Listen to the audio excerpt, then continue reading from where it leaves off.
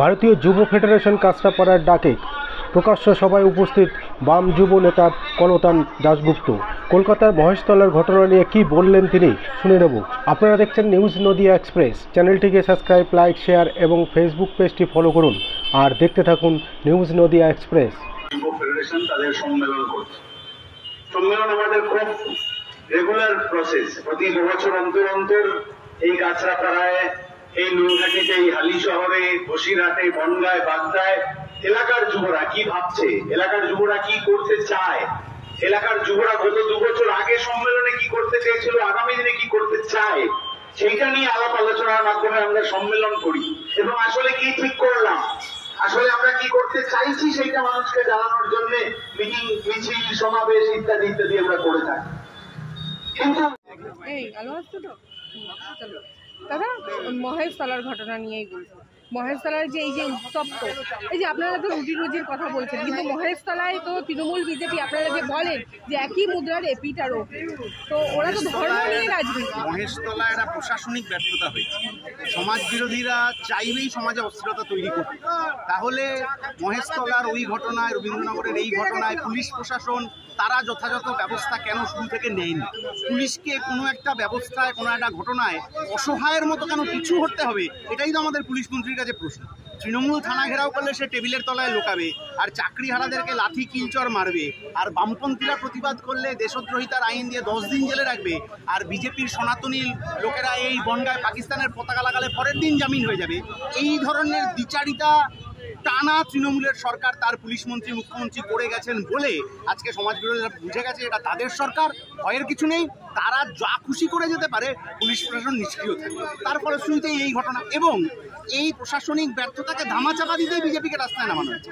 যে কোনো ঘটনাকে এই যে ধর্ম জাতের দিকে টার্ন করিয়ে দিয়ে মমতা ব্যানার্জির প্রশাসনিক ব্যর্থতা, পুলিশ মন্ত্রী হিসেবে তার ব্যর্থতাকে আড়াল করার চেষ্টা, এটা বিজেপি আরজি করের ঘটনাতেও করেছে, এটা বিজেপি এই ঘটনাতেও করছে। আমরা আশা করছি যে 26-এর নির্বাচন পর্যন্ত এই বাইনারি তৃণমূল বিজেপি টেনে নিয়ে যাওয়ার চেষ্টা করে। যেখানে সাংসদ অভিষেক বন্দ্যোপাধ্যায় প্রধানমন্ত্রীর সাথে নৈশভোজ করছে। অভিষেক বাবু এবং আরো সব বাবু বিবিরা জেলে যাবেন বলে 2023-এর ডিসেম্বরের 3 তারিখ শুভেন্দু অধিকারী ঘোষণা করেছে। আজকে শুভেন্দু অধিকারী এখানে গলা ফাটাচ্ছেন আর অভিষেক বন্দ্যোপাধ্যায় প্রধানমন্ত্রীর সাথে নৈশভোজ করছেন। অভিষেক বন্দ্যোপাধ্যায়কে সিবিআই ইডি তো ডাকতেই ভুলে গিয়েছে, আর এখন শুভেন্দু অধিকারীকে আপনি প্রশ্ন করলে এই প্রশ্নের জবাব পাবেন না। উনি এখন লাইন ঘুরিয়ে দিয়েছেন। ফলে কার সাথে কার কোথায় কি ধরনের সেটিং হয়ে আছে সেটা আমরা বুঝতে পারছি, শুভেন্দুবাবু বুঝতে পারছেন কিনা আমরা জানি না।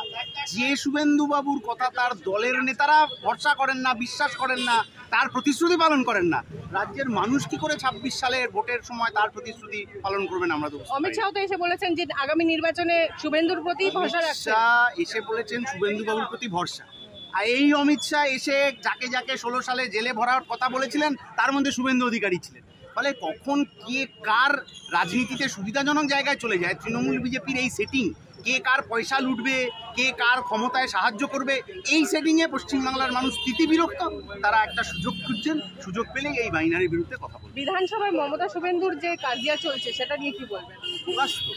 রাজ্য বাজেট অধিবেশন চলছে, বাজেট অধিবেশনে কে কোন ধর্মের লোক, কে কোথায় ঘুমায়, কে কার ভোটে জিতে এসছে, এটা বাজেট অধিবেশনের কাজ। বাজেট অধিবেশনে তো কোন শিল্পে কত বিনিয়োগ হবে, কোথায় কত চাকরি হবে, এটা আলোচনা হতে হয়। মুখ্যমন্ত্রী, বিরোধী দলনেতা কেউ বাজেট অধিবেশনে এটা নিয়ে কথা বলেননি, কারণ আরএসএস ওদের শিখিয়ে দিয়েছে 26 সাল অব্দি এই পশ্চিমবাংলায় ধর্মজাতের রাজনীতি করার জন্য। ফলে ওই সব লোক দেখানো রাজনীতি আরজি করের ঘটনায় হোক বা অন্য ঘটনায় মানুষ বুঝে গিয়েছেন তৃণমূল বিজেপির সেটি। সুকান্তর আজকে সুকান্ত মজুমদারের একটা ভিডিও তৃণমূল কংগ্রেসের পেজে পোস্ট করা হয়েছে যে চটিটা গিয়ে পুলিশের পাগড়িতে লাগছে। বিজেপির নেতারা কোনোদিনই মানুষকে মানুষ বলে গণ্য করেন না।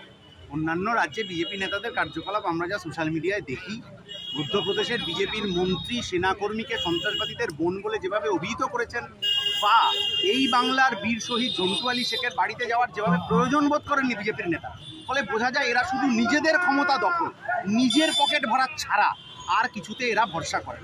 তাহলে আজকে যে ঘটনা ঘটিয়েছেন সেটা নিন্দনীয়, এবং বিজেপি মাত্রই মানুষকে এরা এইভাবেই দেয়। দাদা, শেষ প্রশ্ন, এই যে তৃণমূল বিজেপি হিন্দু মুসলিম করছে, তাহলে মানুষের রুটি রুজির কথা বলবে কে? রুটি রুজির কথা বলার জন্যই বামপন্থীরা রাস্তায় রয়েছে।